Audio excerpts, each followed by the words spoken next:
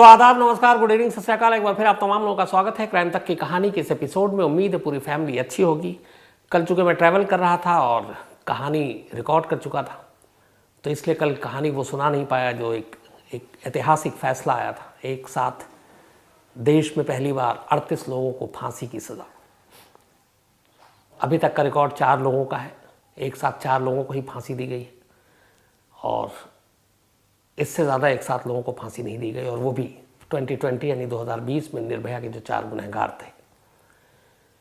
तो पहला मौका है जब किसी अदालत ने 38 लोगों को फांसी की सज़ा सुनाई। हालांकि पिछले अगर हम बात करें 17-18 सालों की, तो लास्ट 18 ईयर्स में करीब 1300 लोगों को सज़ाए मौत का फैसला सुनाया हिंदुस्तान की अलग अलग कोर्ट ने, अदालतों ने। 1300 लोगों को फांसी की सज़ा दी, सुनाई गई है, बट सुनाई गई है, दी नहीं गई। दी गई है पिछले 18 सालों में बात करें तो सिर्फ 8 लोगों को। 18 सालों में करीब 1300 लोगों को फांसी की सज़ा दी गई, लेकिन फांसी दी गई सिर्फ 8 लोगों को। 2004 में धनंजय को दी गई। उसके बाद एक लंबा अरसा आया, 8 साल बीते। फिर अजमल कसाब को 2012 में फांसी दी गई। 2013 में अफजल गुरु को दी गई। फिर 2015 में 2015 में याकूब मेमन को दी गई, और लास्ट 2020 में भी 4 एक साथ लोगों को निर्भया केस में दी गई थी। तो लास्ट 18 ईयर्स में 8 लोगों को फांसी दी गई है, 1300 लोगों को फांसी की सज़ा सुनाई गई है, और अब एक कोर्ट ने एक साथ 38 लोगों को सज़ाए मौत दी है। हालांकि इन 38 लोगों को फांसी होगी कि नहीं होगी यह अभी कहा नहीं जा सकता, इसलिए क्योंकि अभी उनके पास 3-4 ऐसे मौके आएंगे। ये अहमदाबाद की स्पेशल कोर्ट ने फैसला सुनाया। अब उनके पास हाई कोर्ट जाने का भी मौका है, इसके बाद सुप्रीम कोर्ट जाने का मौका है, इसके बाद प्रेसिडेंट के पास जाने का मौका है, उससे पहले गवर्नर के पास जाने का मौका है। तो करीब 4, और निर्भया केस में तो आप ये सारी चीज़ें समझ ही गए हैं कि कानून में कितनी सारी उलझने हैं, तो मौका मिलता रहता है। तो 38 को फांसी होगी कि नहीं होगी ये अभी मुझे लगता है कि इस फैसले में ही 13 साल लग गए। अब बाकी के फैसले में सुप्रीम कोर्ट और प्रेसिडेंट हाउस तक जाने में और कितना वक्त लगता है मुझे नहीं मालूम। लेकिन आज की कहानी के ऊपर आते हैं। ये कहानी हमेशा मुझे इसलिए याद रहेगी, कई बार हम लोग जो जर्नलिस्ट हैं, चाहे अखबार के दफ्तर में, न्यूज़ चैनल के दफ्तर में होते हैं, बहुत सारी खबरें आती हैं अलग अलग सोर्सेज से। अब तो ईमेल है, व्हाट्सएप है, बहुत सारी चीज़ें हैं, बदल गई। पहले बहुत सारी सहूलियत नहीं थी, तो मेल और ये सारी चीज़ें भी आया करती थी। मुझे याद है 2008 26 जुलाई की बात है। वीडियोकॉन टावर में तब हमारा दफ्तर हुआ करता था कनॉट प्लेस के पास, और हर दफ्तर को, कई न्यूज़ चैनल को एक मेल आया। उसमें हमारे पास भी वो मेल आया, आज तक के पास। बट कई बार ये होता है, मैं आज आपसे एक्सेप्ट करता हूँ कि बहुत सारे, चूँकि मेल की तादाद बहुत होती है, तो कई बार ऐसा लगता है कि कोई मजाक कर रहा है, क्योंकि कई ऐसे मेल आते हैं जिसमें अलग अलग धमकियाँ दी जाती हैं कि ये होगा, कुछ देर के बाद ये होगा। तो कोशिश तो यही होती कि ऐसे जो मेल है, ऐसी इन्फॉर्मेशन है, हम आगे जो कंसर्न डिपार्टमेंट है पुलिस, उस तक भेज दें, और अक्सर भेजते रहते हैं। उस दिन भी 26 जुलाई 2008 को शाम करीब, मुझे लगता है 6:30 के बाद, 6 बल्कि 40 जो मेल पे टाइम था, एक मेल आया। 14 पन्नों का मेल था वो,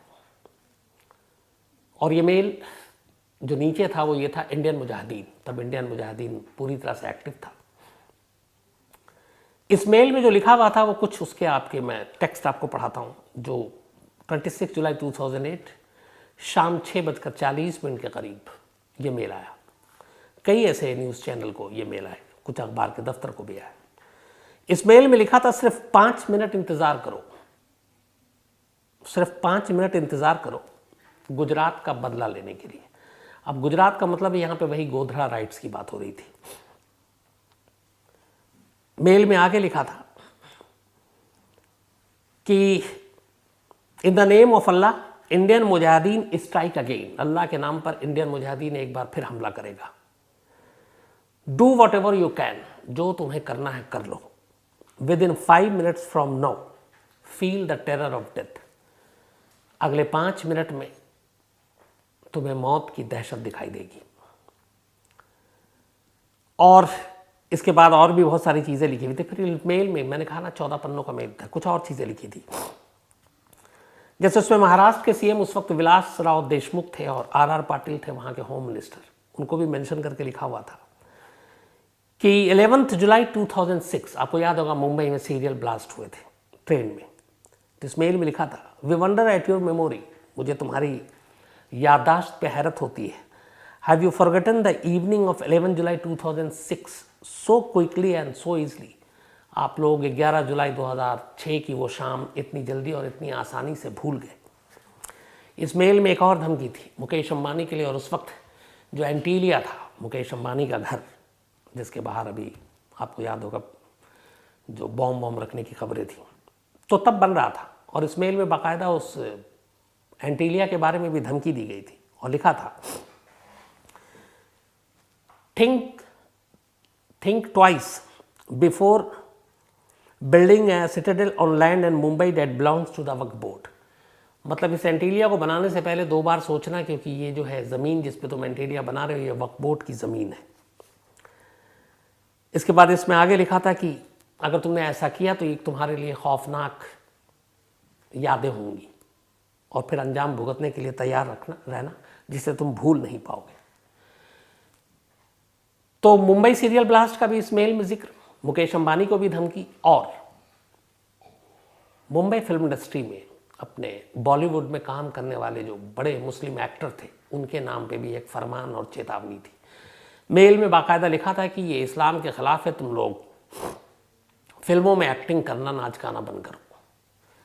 और ये जो धमकी थी उसमें बाकायदा शाहरुख खान, सलमान खान, आमिर खान, इन तमाम लोगों की तरफ इशारा था कि जो भी मुस्लिम एक्टर हैं वो फिल्मों में काम ना करें। तो ये मेल आता है 6:40 यानी 6:40 पर मेल आता है, ये जो मेल मैंने आपको बताया। और इसके 5 मिनट के बाद अहमदाबाद में पहला धमाका होता है। ये मेल बहुत सारे लोगों को, हमारे ऑफिस में भी मेल के बारे में पता नहीं, फिर कई मैंने शुरू में आपको बताया बहुत सारे मेल ऐसे आते हैं जिसमें धमकियाँ दी जाती हैं, हकीकत में कुछ होता नहीं है। तो पहला जो धमाका आया वो बड़ा छोटा सा था, फिर लगा कि यूं ही है, लेकिन फिर अचानक दूसरे धमाके की खबर आती है, फिर तीसरे की। अब ये साफ हो चुका था कि ये मामला बड़ा है। इसके बाद देखते ही देखते अगले 70 मिनटों में, 70 मिनट्स में 21 ब्लास्ट होते हैं अहमदाबाद में। और ये 6:45 पे स्टार्ट होता है ये धमाके का जो पूरा एक सीरीज था, और करीब 70 मिनट तक चलता है। जो धमाका हुआ वो जिन इलाकों में हुआ अहमदाबाद के, उनमें खड़िया, राजपुर, सारंगपुर, मणिनगर में पहला धमाके की खबर आई थी। हटकेश्वर सर्किल, बापू नगर, इसके अलावा थक्कर बापा नगर, जवाहर चौक, गोविंदवाड़ी, ईसानपुर, नारोल, सारखेज, ये सब वो इलाके थे। और इसके अलावा जो 2 जगह पे और धमाका हुआ, हिंदुस्तान में इससे पहले ऐसा कभी नहीं हुआ था। ये 2 जगह थी, एक तो था LG हॉस्पिटल मणिनगर में और दूसरा था Ahmedabad civil hospital trauma centre. उससे पहले एक फिल्म आई थी, मुझे याद नहीं है इस वक्त आ रहा है नाम, उस फिल्म में ये दिखाया गया था, और ये 2008 से पहले की फिल्म है। कई बार ऐसा होता है कि मैं बार बार कहता हूँ, कई बार समाज से फिल्में वाले आइडिया चुराते हैं। अब यहाँ पे टेररिस्ट ने उससे आइडिया चुराया, मुझे नहीं मालूम, लेकिन फिल्म की कहानी ये थी कि कुछ टेररिस्ट सीरियल ब्लास्ट की प्लानिंग करते हैं, और उसके बाद उस फिल्म में दिखाया गया, शायद मुझे नाम याद आ जाए, कि ब्लास्ट करने के बाद उनका एक जो और था प्लानिंग, वो ये थी कि जब शहर में ब्लास्ट करो तो जब ब्लास्ट होगा तो क्या होगा, लोग घायलों को लेकर, लाशों को लेकर अस्पताल की तरफ जाएंगे, तो भीड़ अस्पताल में होगी, और अगर उसी अस्पताल हॉस्पिटल में एक धमाका कर दिया जाए तो फिर कितना नुकसान होगा। ये फिल्म का पार्ट था, और इत्तेफाक से इस फिल्म के रिलीज होने के बाद ये अहमदाबाद का सीरियल ब्लास्ट हुआ है। तो 2 जगह पर 21 अलग अलग जगहों पे, मार्केट में, बाजार में, भीड़ भाड़ वाली जगहों पर धमाके तो हुए। 2 जो जगहों को चुना गया वो LG हॉस्पिटल मणिनगर और Ahmedabad civil hospital trauma centre, यहाँ पे भी बॉम्ब रखा गया था, और यहाँ 2 अलग अलग कार में बॉम्ब रखा गया था, और इसमें बहुत ज़्यादा नुकसान हुआ। सिर्फ इस हॉस्पिटल में ही करीब, इस पूरे ब्लास्ट में 56 लोगों की डेथ हुई थी और 243 इंजर्ड हुए थे। इन 56 में से आधे लोग इन 2 हॉस्पिटल में मारे गए थे। वजह ये थी कि शहर में जहाँ जहाँ धमाके हो रहे हैं, लोग बदहवास खौफ में घायलों को लेकर पुलिस, एम्बुलेंस, अपने लोग, रिश्तेदार जो उस वक्त साथ थे जो बच गए, हॉस्पिटल की तरफ भाग रहे हैं उम्मीद में कि बचा लेंगे या मेडिकल अर्जेंसी की ज़रूरत है। और उन्हें मालूम नहीं कि उन आतंकवादियों ने हॉस्पिटल में भी बॉम्ब रखा हुआ है ताकि वो लोग यहाँ आए, पुलिस यहाँ आए तो उनको भी निशाना बनाए।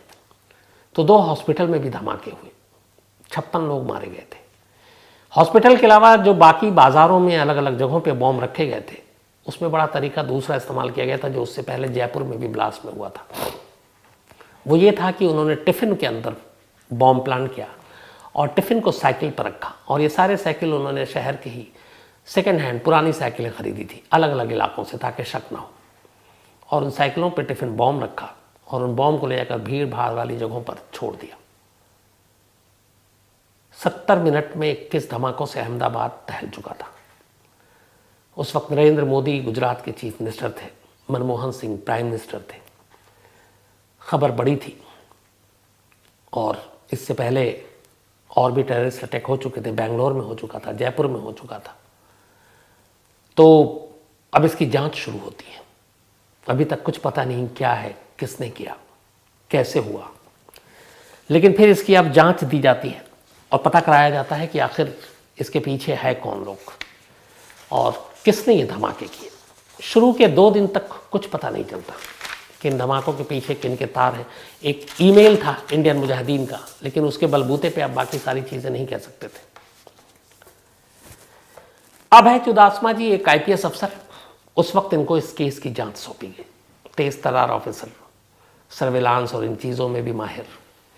इसके बाद अब वो इस जांच को दिया गया और कहा गया कि हर तरफ से गवर्नमेंट से आपको मदद मिलेगी, आप इन्वेस्टिगेशन करो और जो कल्प्रिट्स हैं, अहमदाबाद के जो गुनहगार हैं, उनको पकड़ो। अभय चुदासमा के साथ और भी कई IPS अफसरों की टीम लगी और इसके बाद जांच शुरू हुई। सबसे पहले अब रडार पे वो ईमेल था जो न्यूज़ चैनल और न्यूज़पेपर को भेजा गया था।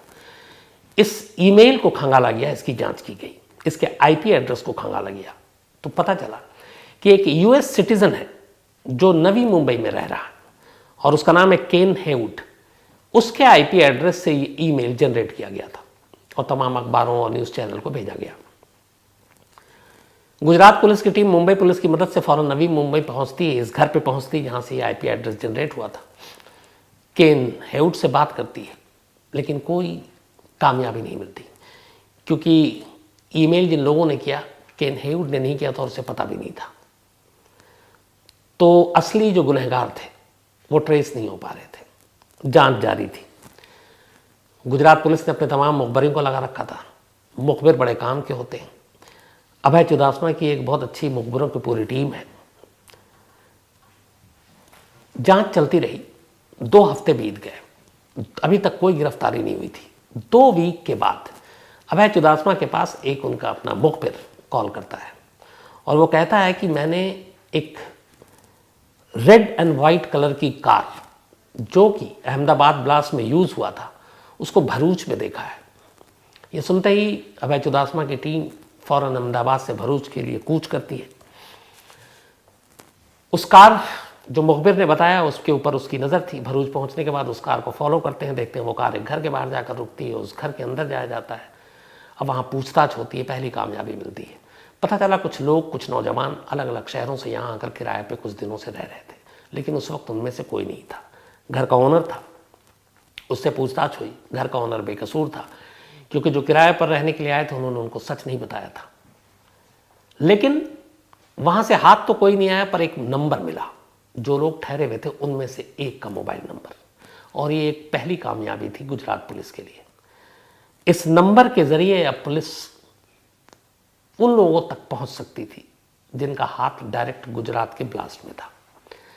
अब इस नंबर के सहारे अभय चुदासमा और उनकी टीम ने ट्रेस करना शुरू किया। जब नंबर ट्रेस करना शुरू किया तो उसके बाद भरूच से वो अहमदाबाद आए और फिर अपनी अलग अलग एक टीम बनाकर, एक ख़ास तौर पर सर्विलांस पे लगाकर, क्योंकि अब उस नंबर के ज़रिए बहुत सारे नंबर सामने आने थे और उनके ज़रिए अब आगे की एक कार्रवाई होनी थी। अब उस नंबर के ज़रिए ट्रेस जब करना शुरू किया गया तो पहली कामयाबी मिली, पहला नाम मिला, और इसके बाद गिरफ्तारी होनी शुरू हो गई। जो पहली बड़ी कामयाबी मिली गुजरात पुलिस को, गुजरात के बाहर वो गिरफ्तारी हुई। मुफ्ती अबू बाशिर, इंडियन मुजाहिदीन का ये जुड़ा हुआ शख्स, इसको पुलिस ने पकड़ा और इसे फिर गुजरात लाया गया। मुफ्ती अबू बाशिर की गिरफ्तारी के बाद अचानक गिरफ्तारी का एक सिलसिला चल पड़ा, क्योंकि वो बोलता क्या, नंबर मिलते गए, नाम मिलते गए, और पुलिस की कई टीमें एक साथ देश के आधा दर्जन से ज़्यादा शहरों में छापे मारने लगी। मुफ्ती अबू बाशिर के बाद 10 लोगों को और गिरफ्तार किया गया उसके बयान के पास, अलग अलग जगहों से। अब तक 13 लोग गिरफ्तार हो चुके थे 2 हफ्ते के बाद, लेकिन अब भी बहुत सारे लोग बाकी थे, इसलिए कि उन्होंने अहमदाबाद में कुल 23 जगहों पे बॉम्ब प्लांट किया था, लेकिन उनमें से 21 फटे थे, 2 को डिफ्यूज किया था। इसके अलावा 29 जुलाई को ही अहमदाबाद से दूर सूरत में 18 बॉम्ब मिले थे, उनमें से एक भी फटा नहीं था, लेकिन उन सबको डिफ्यूज किया गया।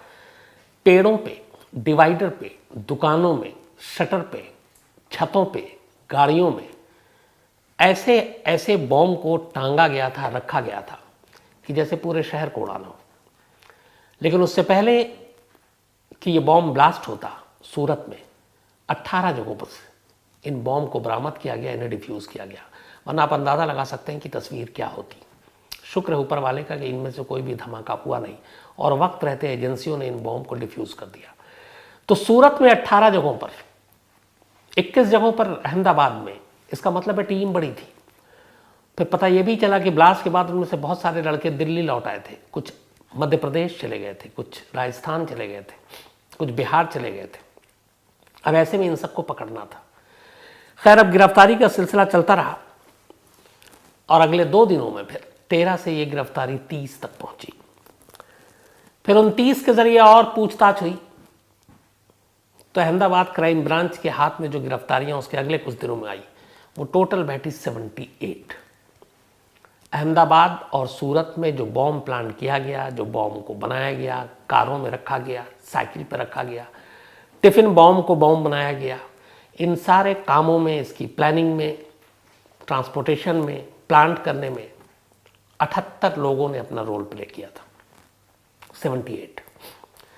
इन 78 को आखिरकार गिरफ्तार कर लिया गया। इनमें से जो 78 लोग थे, 13 अहमदाबाद के थे, 5 वडोदरा के थे, 1 भरूच का, 1 भुज, 2 सूरत, 11 महाराष्ट्र, 12 मध्य प्रदेश, 10 कर्नाटका, 9 उत्तर प्रदेश, 5 केरला, 3 आंध्र प्रदेश और 3 राजस्थान, 2 झारखंड और 1 बिहार से। 78 लोगों को गिरफ्तार करने के बाद अब उनसे पूछताछ शुरू हुई। जब पूछताछ हुई तो फिर पूरी प्लानिंग धीरे धीरे इनके सामने आई। पता चला कि गोधरा का बदला लेने के लिए इंडियन मुजाहिदीन पिछले 1 साल से इन धमाकों की साजिश रच रहा था। 2007 से साजिश रचने के बाद इन लोगों ने एक टीम बनाई, और इस टीम को पहला टारगेट यही था, अहमदाबाद और फिर सूरत। बाकायदा टीम ने बॉम्ब इकट्ठा किया, और उन्हें पता था कि बाकी जगहों पे तलाशी होती, साइकिल पे आमतौर पे लोग, मजदूर और बाकी नौकरी पेशा छोटे मोटे लोग जाते हैं, उनकी तरफ पुलिस की नज़र पड़ती नहीं है। तो साइकिल पर जो काम करने जाते हैं वो अपना टिफ़िन, लंच बॉक्स लेकर जाते हैं, तो टिफ़िन से भी शक नहीं होगा। और उस वक्त तक टिफ़िन बॉम्ब इतना बड़ा नहीं था, जयपुर में हालांकि हो चुका था। तो इसलिए उन्होंने टिफ़िन बॉम्ब को, क्योंकि सबसे आसानी से आप प्लान कर सकते हैं, आप साइकिल कहीं भी पार कर सकते हैं, कार पार करने में मुश्किल होती है, तो इसलिए इन्होंने ज़्यादातर करीब 24 जगहों पे इन्हें करना था। उनमें से 2 जगह कार बॉम्ब इस्तेमाल किया, 22 जगह पे साइकिल बॉम्ब का इस्तेमाल किया, और वो सारी साइकिल शहर से खरीदी। और इन 78 लोगों को अलग अलग टास्क दिया गया। प्लानिंग 1 साल से चल रही थी, 2007 से। इस प्लानिंग के दौरान इन लोगों ने बाकायदा ट्रेनिंग भी ली, रेकी भी की। एक वाघामाऊ केरला में जगह है, वहाँ पे इन्होंने ट्रेनिंग ली। इसके अलावा पावागढ़ गुजरात में ही है, वहाँ इन्होंने ट्रेनिंग ली।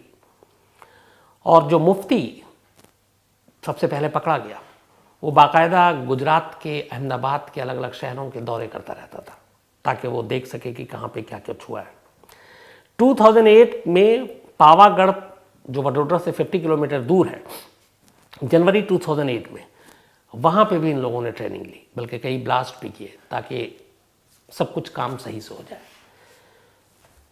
तो 1 साल से ट्रेनिंग हो रही थी। उसके बाद अहमदाबाद शहर को चुना और फिर पहली बार इन लोगों ने जब प्लानिंग की तब कहते हैं, जो पूरी इंट्रोगेशन में बात आई कि अलग अलग शहर की जगहों पे तो रखा जाए, लेकिन हॉस्पिटल का ख्याल उसी वक्त आया कि जब शहर में जख्मियों की तादाद होगी, जब लाशें होंगी, तो सब हॉस्पिटल की तरफ भागेंगे, उनके तीमारदार भागेंगे, पुलिस भी साथ में जाएगी, और भी लोग होंगे, हो सकता है नेता भी वहाँ पहुँचे।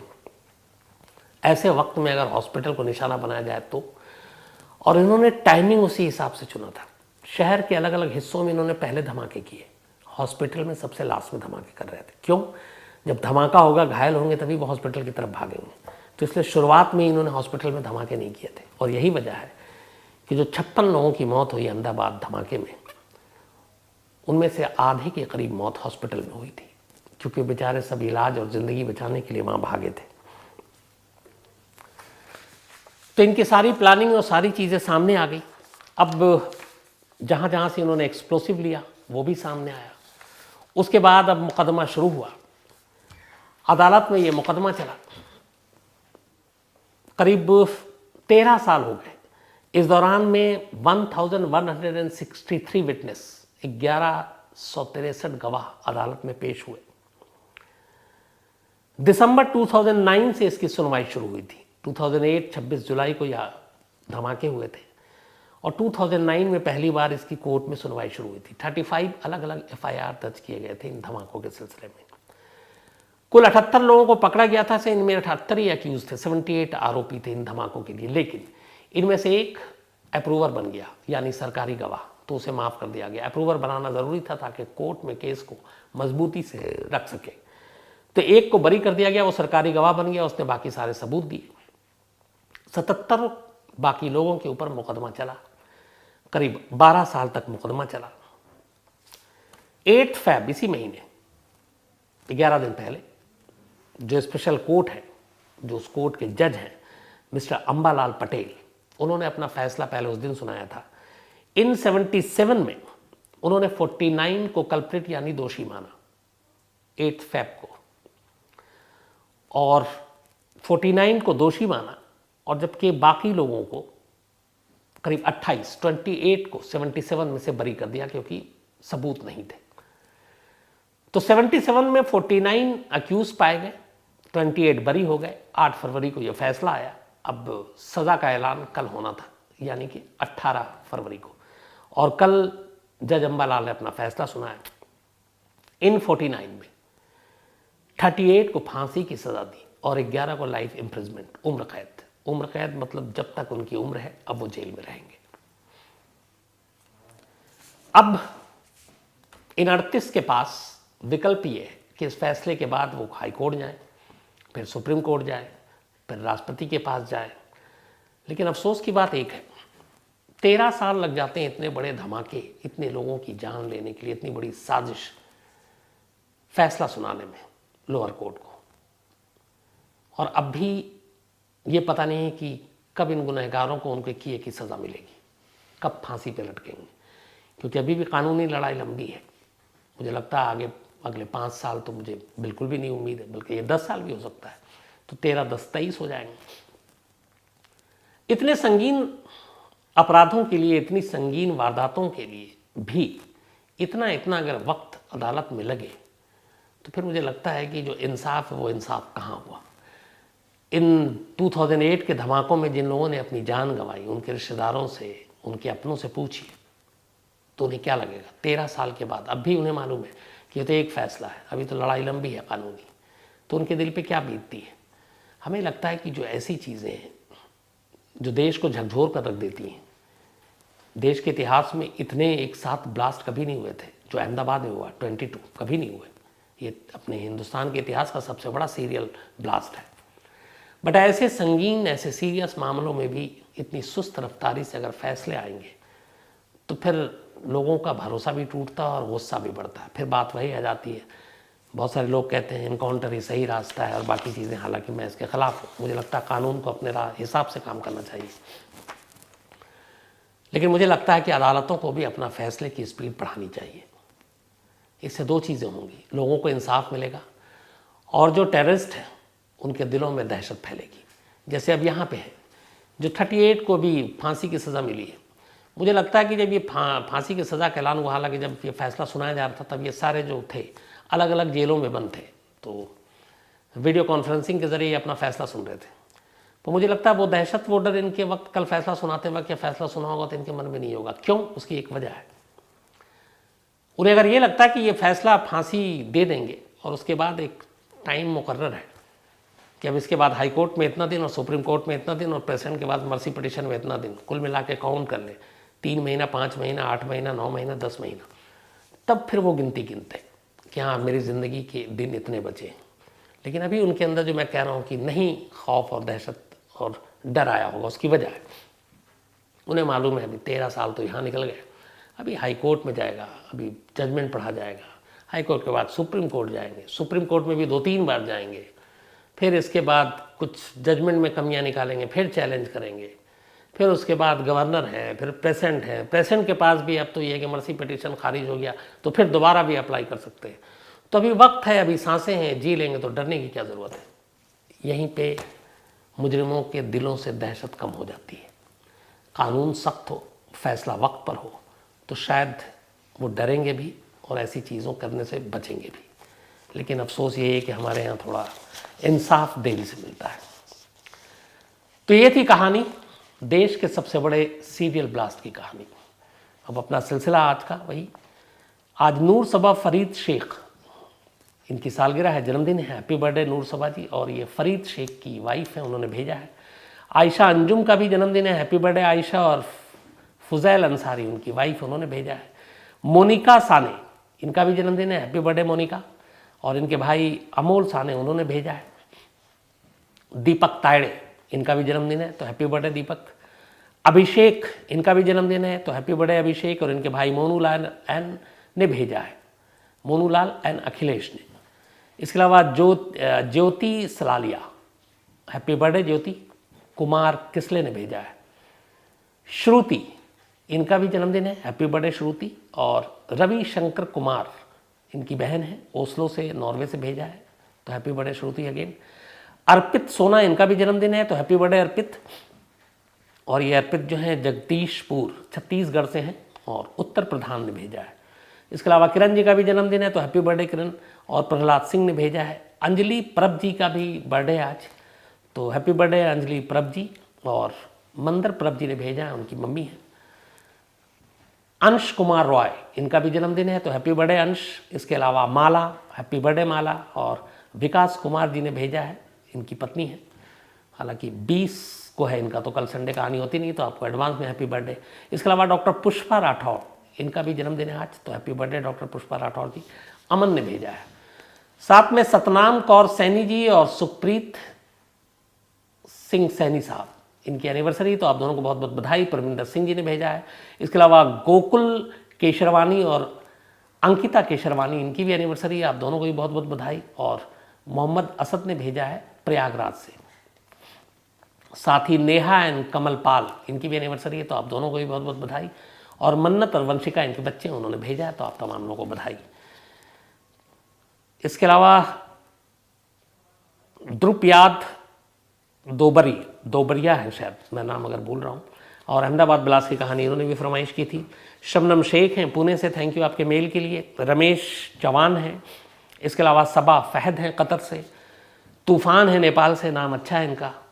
हेटविक हैं और हेटविक रडाडिया। इसके अलावा शुभम कुलश्रेष्ठ, कल्पना मलकोटी जी हैं, एक स्टोरी की फरमाइश की है। अफजल ख़ान हैं सऊदी अरब से। सोनल कौर हैं, और कभी मुलाकात ज़रूर होगी सोनल जी, आपने जो लिखा है। मुदस्सिर आलम हैं। इसके अलावा मुकीम बासित हैं, पाकिस्तान से हैं, ARY डिजिटल नेटवर्क में काम करते हैं, अच्छा लगा सुनकर। और आप, इनका कहना है कि इंग्लिश में सबटाइटल में मैं कई बार बोलता हूँ लेकिन दीपक भूल जाता, आज फिर बोलता हूँ। कुशल अग्रवाल हैं। इसके अलावा अरविंद कुमार अग्रवाल हैं टोरंटो से। और ये जो मैंने अभी कहानी सुनाई थी आपको दिल्ली की, सिकंद, तो जो रानी थी, जो कर्नल साहब, लेफ्टिनेंट कर्नल की सेकंड वाइफ, ये उनके पड़ोस में रहते थे। उन्होंने यादें ताज़ा की, बताई कि कभी वो उन्हीं के पड़ोस में रहती थी। थैंक यू अरविंद कुमार अग्रवाल साहब मेल के लिए। इसके अलावा गावा हैं, ये तिब्बतियन हैं और इनके एक दोस्त हैं टेंडोल न्यूयॉर्क में। उन्होंने कहा था कि उनसे पता चला कहानी के बारे में, आप कहानी सुनते हैं, तो थैंक यू सो मच गावा भाई। अनुप्रिया चौधरी जी हैं। इसके अलावा दीपक सिंह हैं अर्जेंटीना से। पूनम श्रेष्ठा चौधरी जी हैं। रोहतक में जो एक बच्चे ने अपने फैमिली को गोली मार के उनकी जान ली थी, उसकी कहानी सुनना चाहती हैं तो पूनम जी, ये कहानी मैं सुना चुका है, इसी कहानी की लिस्ट में आपको मिल जाएगी। नवीन गुप्ता हैं सतना से। इसके अलावा दिलशाद रहमान हैं बाराबंकी से, फ़िलहाल सऊदी अरब में है। प्रिया सिंह है, कहते हैं घर वाले कहानी सुनने से रोकते हैं, कहते हैं कि कहानी ज़्यादा सुनोगी क्राइम की तो नेगेटिव थॉट आएगी। तो अब इस पर मैं क्या राय दूँ, घर वालों के आपके ख़िलाफ़ जा भी नहीं सकता हूँ, लेकिन हाँ, नेगेटिविटी कभी हावी मत होने देना, जो अच्छी अच्छी कहानियाँ वही सुनना। इसके अलावा आदिल खान है नैनीताल से और सोनिमा यादव हैं, थैंक यू आपके मेल के लिए। और कैलाश कुशवाहा जी हैं, कहेंगे कि मैं भी यूट्यूबर बनना चाहता हूँ, कैसे बन सकता हूँ, क्या बन सकता हूँ? बिल्कुल बन सकते हैं, कोई भी कुछ भी बन सकता है, बस कोशिश करनी चाहिए और वो भी ईमानदारी से। तो आज कहानी में इतना ही। अब आपसे मुलाकात होगी मंडे को, और कल संडे है तो कल छुट्टी भी, और मंडे जो नेक्स्ट वीक है, उस नेक्स्ट वीक में शायद 1000 कहानी भी पूरी हो जाए, देखते ही देखते 1000वीं कहानी। तो चलिए अगले हफ्ते मुलाकात होगी किसी नई कहानी के साथ। अपना ख्याल रखिएगा, अपनों का ख्याल रखिएगा। Thank you very much.